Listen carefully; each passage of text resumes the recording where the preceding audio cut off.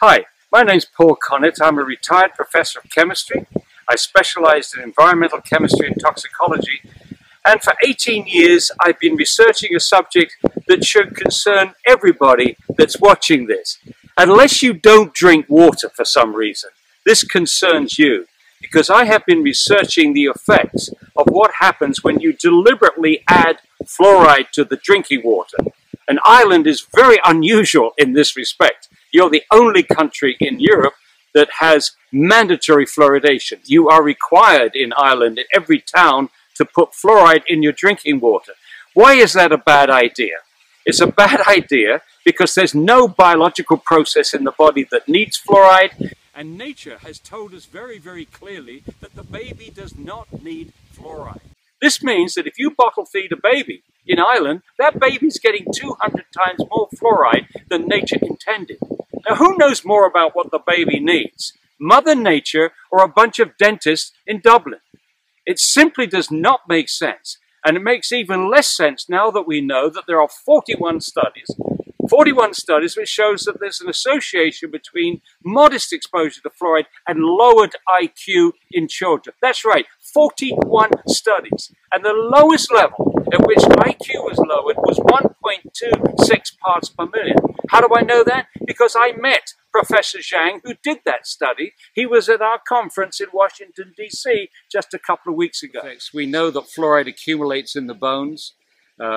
A lifetime exposure may contribute to increased arthritis risks and rates, and making the bones more brittle.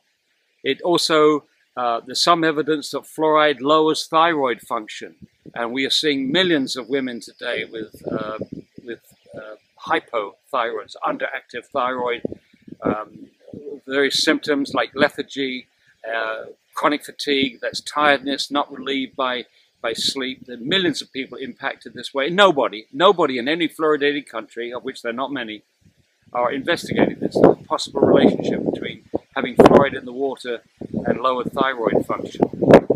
Then the effects on the brain.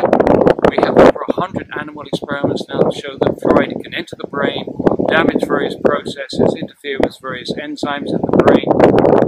We have 30 studies which have shown that rats and mice, when they put into mazes, the ones which are exposed to fluoride are less able to memorize, less able to learn, what they are taught in these mazes. These are standard tests. We have 3 studies from China which shows that the brain interferes with the fetus of babies or aborted fetuses in areas which are have high natural levels of fluoride in the water.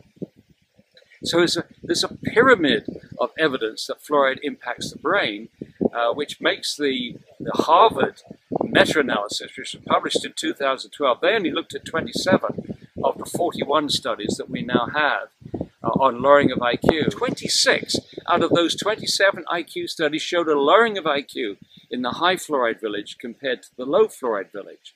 And that's an amazing, and the average drop was 7 IQ points. That's substantial. If you were to lower the IQ across Ireland by 7 IQ points, that would result in half the geniuses and doubling of the number of mentally handicapped children in your society. So this is a very serious finding. So on Sunday I should be talking about what he told us, that the lowering of IQ associated with fluoride and many of the other problems of exposing the human body to fluoride. We should not use the public water supply to deliver medicine. Fluoride's the only time we've done it. We don't put any other medicine in the drinking water. And why don't we do that? We don't do that because once you put a medicine in the water, you can't control the dose, because you can't control how much water people drink. You can't control who it goes to. It goes to the very young, it goes to babies, it goes to children, it goes to sick people, it goes to people with poor nutrition, it goes to people with low iodine who should not get fluoride, and it goes to people with poor kidney function who can't get rid of the fluoride. And also, by putting it in the drinking water, you are violating an important medical ethic, and that is the right of the individual to decide what medicine they take, the right to informed consent to medication. This right has been taken away in this so-called free country. That's what I should be talking about on Sunday night.